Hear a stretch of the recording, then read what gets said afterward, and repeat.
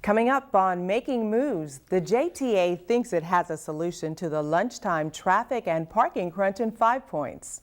We'll tell you about a new bus service that is helping people get and keep new jobs. The first section of the new Beach Boulevard Bridge is set to open. We'll take you to the site for an update. And we'll meet the man who sits in the chairman's seat of the JTA Board of Directors. Those stories in our first installment of You Ask, We Answer, all right now.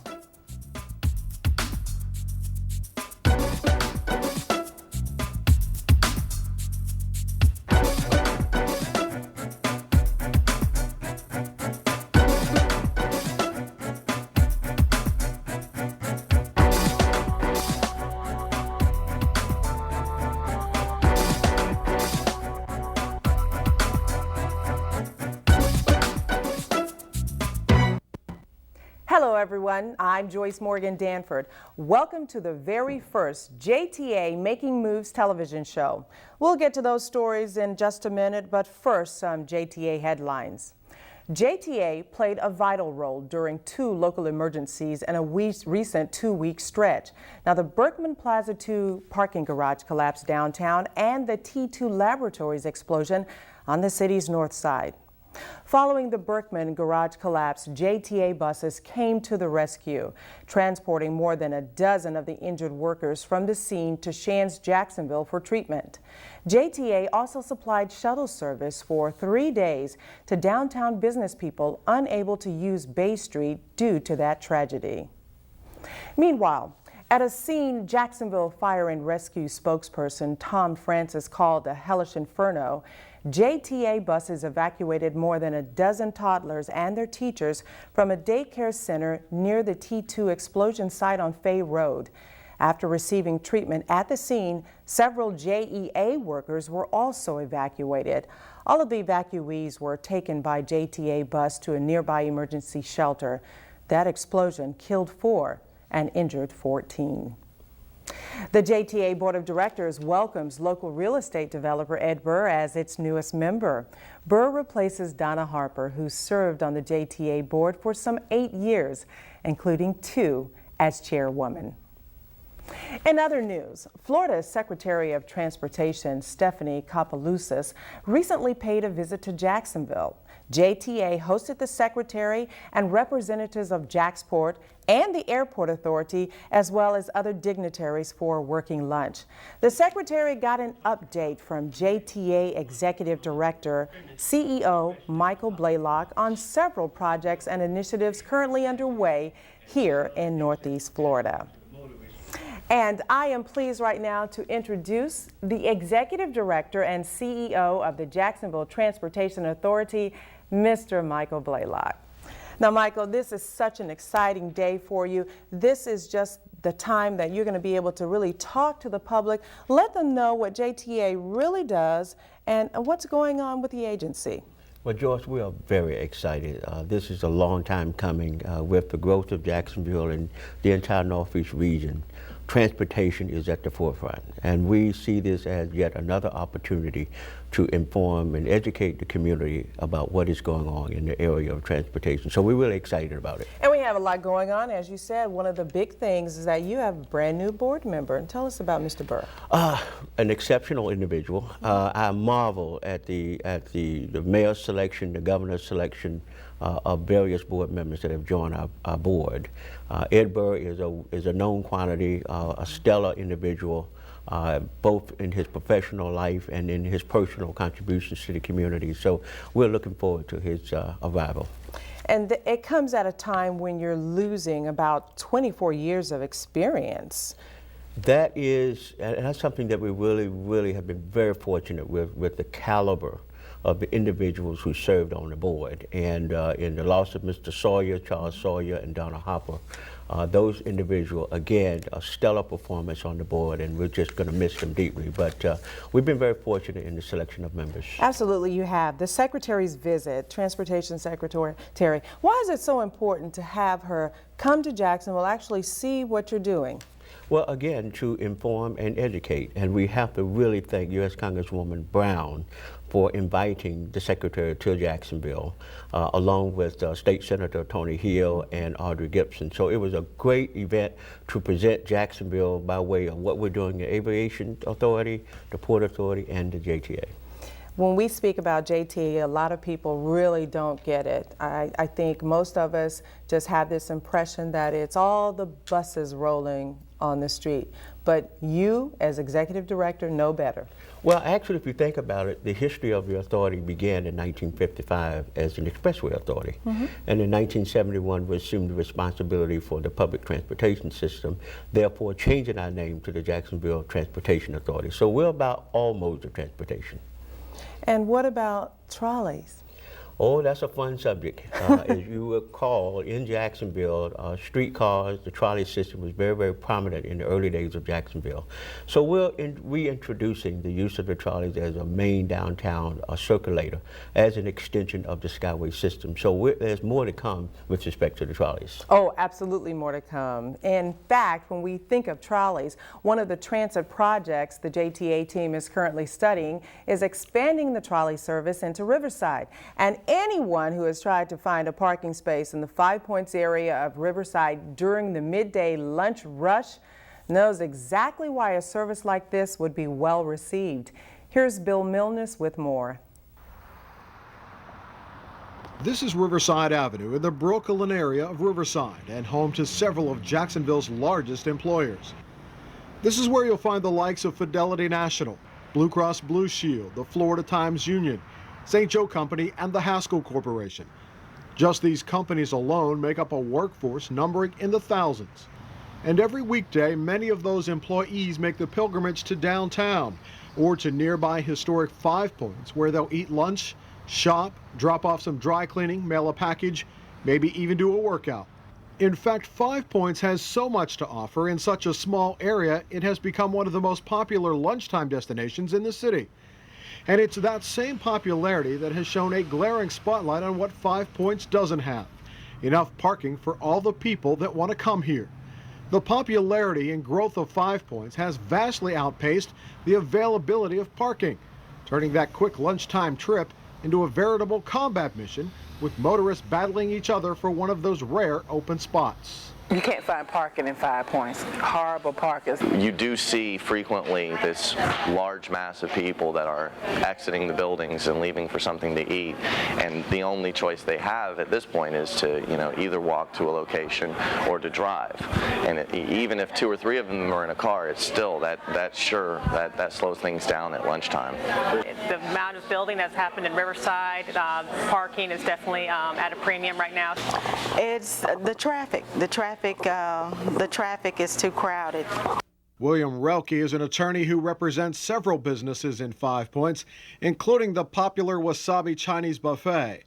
Relke says he knows firsthand how difficult it is to find parking in 5 Points. Personally, as a customer of restaurants in the area, I've had the frustrating experience of driving out from downtown for lunchtime and circling around looking for a parking place and eating up 10 to 15 minutes of my lunchtime just to find a place to park my car. That, says Relke, is bad for the restaurant business, especially during lunch, when time is more of a factor. It means if I've already headed out to the area and I can't find a parking place, I continue on and go to another restaurant.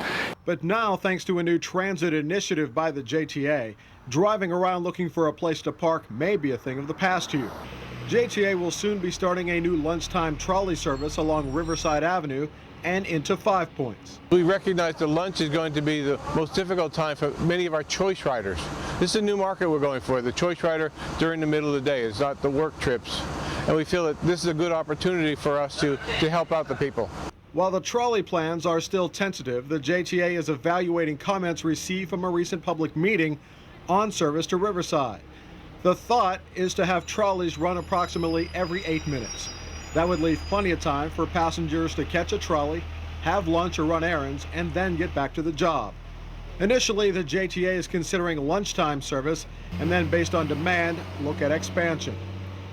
The exact route of the trolley is still being designed. There are, however, 3 main areas the JTA plans to cover with its trolley service: downtown near the landing and the Skyway Central Station, Riverside Avenue, and 5 Points.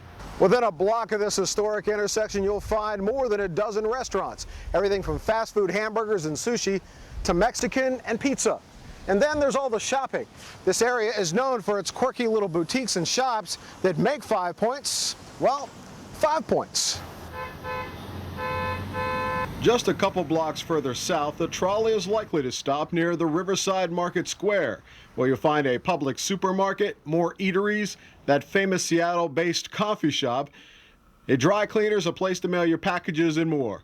Across the street, more food, and a fitness center to work off all that lunch. And it would be nice to, instead of trying to find parking, catch the trolley, go down for gym at lunch, and come back. According to Haley, many people have indicated they also want the option to head north into downtown, especially to the landing, where you'll find a smorgasbord of shops and restaurants. The suggestions that they had of going other places that we had considered, we didn't think it was a high priority, like the landing, like other places at 5 points.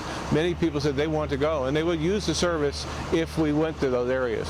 So that really helped us quite a bit. Well, I think it's critical that they do open houses like this to get feedback from citizens to make sure that they're going to get usage for it. And I think they seem open to expanding the idea and maybe getting more flexibility in hours and also different stops. So they seem open to that. If they're open to hearing from other people's inputs, I think it can be successful. In 5 points, I'm Bill Milnes for JTA Making Moves.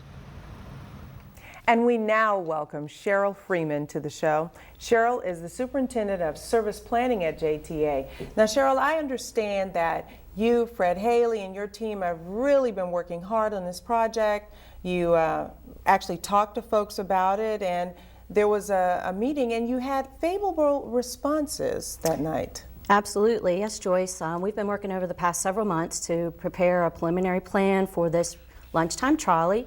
We've had some public outreach, and the project has been very well received. While we only have preliminary data, we are continuing to have more public outreach to put our plan together to fit the needs of the area. And what kind of things did you learn from the public when you talked to them about it? Well, while a majority of the people were looking to this to use it for lunchtime, to go to lunch and that, there are people that are interested in using it to go to medical appointments or even to go to work. In fact, many people supported expanding the hours. Our preliminary plan is just to have it from 10:30 to 2:30. Well, Mr. Blaylock, how did this all come about, though? This was actually, I guess, with you being out in the community, talking and listening to developers, you actually helped put this together. You know, when you look at downtown Jacksonville, you have close-in communities like San Marco, Riverside, Avondale, and Springfield. And the long-term plan is to utilize the trolley as a way to access those neighborhoods for persons who work in the downtown area, want to shop and play in downtown to have access to the trolley. But again, the trolley represents an extension of the Skyway at the ground level. So we're really excited about the Riverside trolley and the fact that it will be anchored by a new Skyway station at Riverside and Brooklyn area. So that's going to be pretty exciting. So Cheryl, when you think about it, what kind of obstacles would you really face bringing this to Riverside? Well, in the planning stages, we're looking at, this is a historic area, and just the ability for the trolley to maneuver on the streets through Riverside has been something, and to figure out where are the best stops and to keep the, we'd like to keep the frequency so that people can use it for lunch. One of the things you saw in Bill's piece, there was a lot of people out there. So a lot of people need to get to where they need to be. There are a lot of restaurants and a lot of shops that really need the people to come in. So it seems like it's a good fit. It seems like it's a good marriage. So what else needs to be done? Well, as I mentioned, we're still in the planning phase. We're trying to use the community's input to help us finalize the details. And as you mentioned, we've had input of how do we best serve the lunchtime places on one end, as well as the downtown area and all the businesses in between. So we'll continue. We have some more public outreach planned, and hope to be able to get something going later this spring. You've got the service currently downtown, so how will the Riverside It's all service? about connection. Connection. Giving people a choice of connections. And so as you bring transportation options to those persons that's living and working around the downtown area. So, I mean, it's all part of a long-term plan to give people better connection and access. And is there any word on when this route could be finalized? Well, we have some new trolleys that we're hoping to use on this new route, and we hope to get this started sometime later this spring, early summer. that'll depend on when we can get the final plan details together. Okay, thanks so much for joining us. We appreciate it.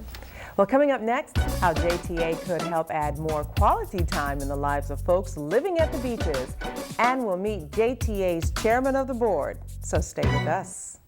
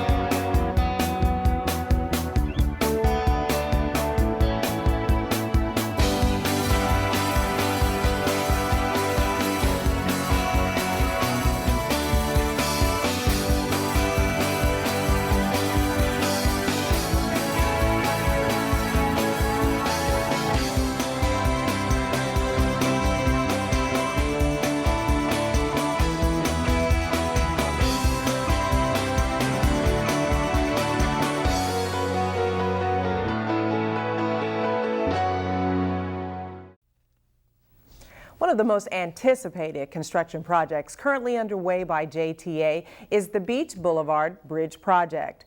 The new span will replace the McCormick Bridge, a drawbridge that brings traffic to a screeching halt several times a day, allowing boats traveling on the Intracoastal Waterway to pass by.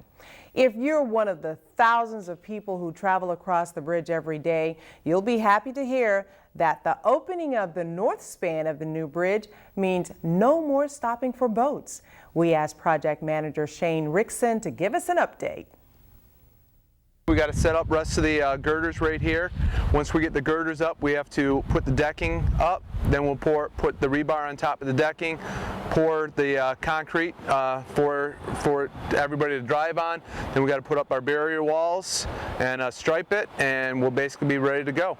These guys are out here working 6-7 days a week, doing double shifts and working at night and day. Then we're going to demo the old span. The old span will get taken down, so that should take a few months. But while that's being demoed, once part of it gets demoed, we'll go ahead and start building the eastbound bridge on the south side.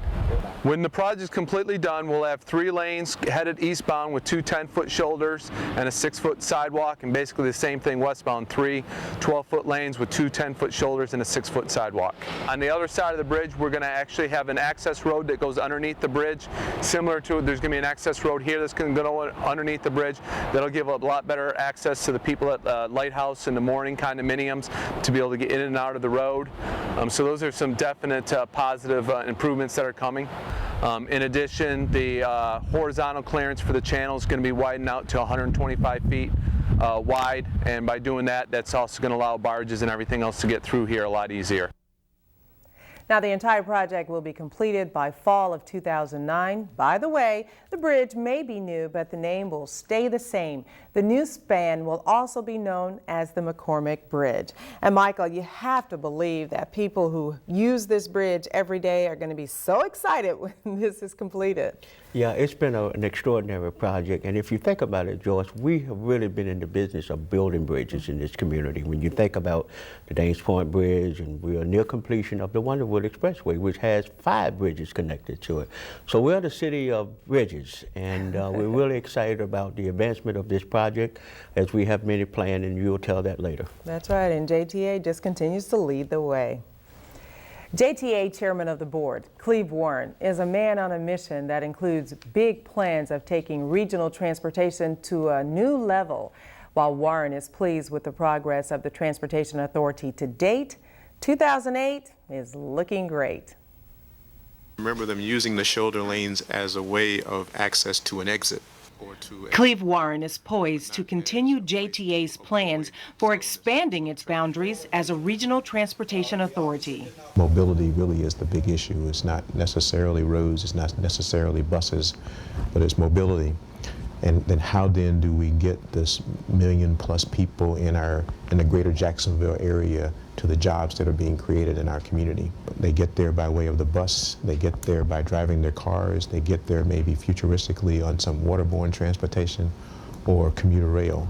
With 1 year behind him, he is now focused on high-tech tools for JTA, including queue jumpers and signal priority. The mechanisms to be able to keep drivers informed while they're on the road, to take detours and that sort of thing, and to move the traffic along in a way that does not impede the flow of traffic. Warren is a savvy businessman. He is the president and CEO of Essential Capital.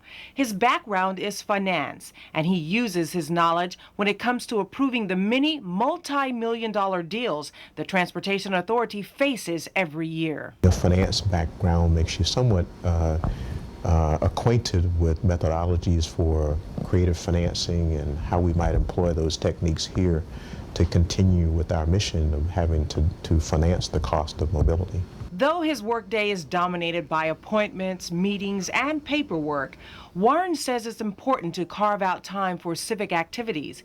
He feels he is uniquely qualified to serve as chair because of his extensive roots in Jacksonville and the mere fact he used the bus service as a child. More important than, or maybe more significant than the fact that I rode public transportation as a child, the fact that I come from a neighborhood where a lot of those folk who currently ride public transportation come from makes me sensitive to what are their continuing needs. And coupled with running a business and being chairman of JTA, Cleve Warren maintains a balance in his life, his faith and his family first. Warren says it's a privilege to serve and wants to leave the kind of legacy left by former board member Charlie Sawyer, a man he considers his mentor. If it can be said in the 2 years that I serve as chair or in the years that I serve as a board member, that those were some great years for the JTA in terms of what got implemented and what got created, what got started, and I'd be very happy with that. And I think you're very happy with your chairman of the board. I would say a diamond in the rough. Very, very. And again, Joyce, the caliber of the kind of people that serve on our boards is just extraordinary. And Mr. Warren is a complete example of that. I think so. Time now for what will be a regular feature here on Making Moves. We call it You Ask, We Answer. It's your opportunity to send in your questions or comments, and we may just use it on the air. I keep hearing about a new transportation development that you're going to build near the convention center. What is it? Mike in Mandarin. It's the Jacksonville Regional Transportation Center. That's a full multimodal center where all the major public transportation modes will come together and interact, providing for interchange of customers and more efficient services. JTA buses, as well as Greyhound buses and Amtrak. And the Skyway system, as well as several other modes of public transit. Part of the center has a regional transportation management center, which will actually control all the traffic signals, aid in response to incidents, to shorten that time and actually provide a substantial improvement to the transportation picture in the entire region. And we'd like to hear from you, so just send your questions or comments about the show to makingmovestv@jtafla.com. Well, you know the JTA has 2 new commuter routes that are gaining in popularity.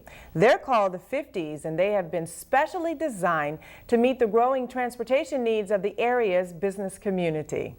The 50s are special express routes that connect employees directly with their place of employment. What we've been finding when we do all of our transit talks and all of our polling and surveying is that employers are finding it more and more difficult to attract employees from other parts of the community because they don't have the transportation to get there. So what we've done is worked with the employers in finding out where their employees live and then surveying them to find out if they would utilize bus service if we had it for them that would directly take them from their home area directly to the doorstep of their offices. The WS50 runs between the Argyle area of Orange Park directly to the Flagler Business Park in Mandarin, home to City Cards, Wachovia, and Baptist South Medical Center, among others. Passengers say they love having a transportation service that caters directly to their work needs. I couldn't believe that JTA would cater to a group of people that would allow us to get that kind of service. You know, a lot of people thought that this was just a regular bus, but it's more than a bus. It's almost like a family. Our newest commuter route is the BH50, which runs express from the Gateway Mall to Ponte Vedra Beach with stops downtown, the St. John's Town Center, and A1A. And if you would like to get more information on either of these 50s routes, just check out our website at jtafla.com. Now, major employers wanting information on how to get their own 50s route should contact JTA Business Development. That number is 630-3181. They're sleek, silver, and getting plenty of attention wherever they go. These shiny new buses are the pride of the JTA bus fleet. With 24 already on the road and more on the way, JTA passengers are thrilled to ride these newer, more comfortable machines. These buses can hold up to 40 seated passengers, have a low floor entry so there's no stepping up to get on, and they offer a quieter and more luxurious ride with thicker, more cushiony seats. The buses are also more environmentally friendly. They run on low sulfur fuel, which in turn means lower exhaust emissions, and they get better gas mileage. When all 36 of the new buses are on the road, JTA expects to have saved nearly 700,000 gallons of fuel. And here's something you may not know. Every bus in JTA's fleet is wheelchair accessible. And if you haven't been on one of these buses, plan a trip, hop on board, and let JTA take you where you want to go. And you'll see just how easy, comfortable, and more economical riding the bus can really be. Well, we want to just say thank you for being here. It's been a wonderful first show. We have so much more coming up, though, and I know it's been exciting for you, Michael. Well, this is the first start for us, and we are excited about the program and about the many things that the authority is doing. And again, Joyce, we're talking about a growing community, and JTA has to be at the forefront in delivering these services. And I think just delivering the service of not only transporting people around town, but again, as you talked about, building roads, building bridges, being a total part of the community. We cannot, Joyce, be a one-dimensional city. Everywhere you travel, all over the world, trying to build yourself out of congestion with road building doesn't do it, doesn't get the job done. So what we're trying to present is a balanced transportation where people have choices, whether it's public transport, road building, crossing bridges, waterborne transportation, ferry technology, or even commuter rail or light rail. And those are the types of options that we're trying to bring forward to this community. Okay, thank you so much. And that wraps up the very first JTA Making Moves television show. This has been very exciting for all of us to be able to bring you this show and to tell you all that JTA is doing for the entire Northeast Florida region. Thank you so much.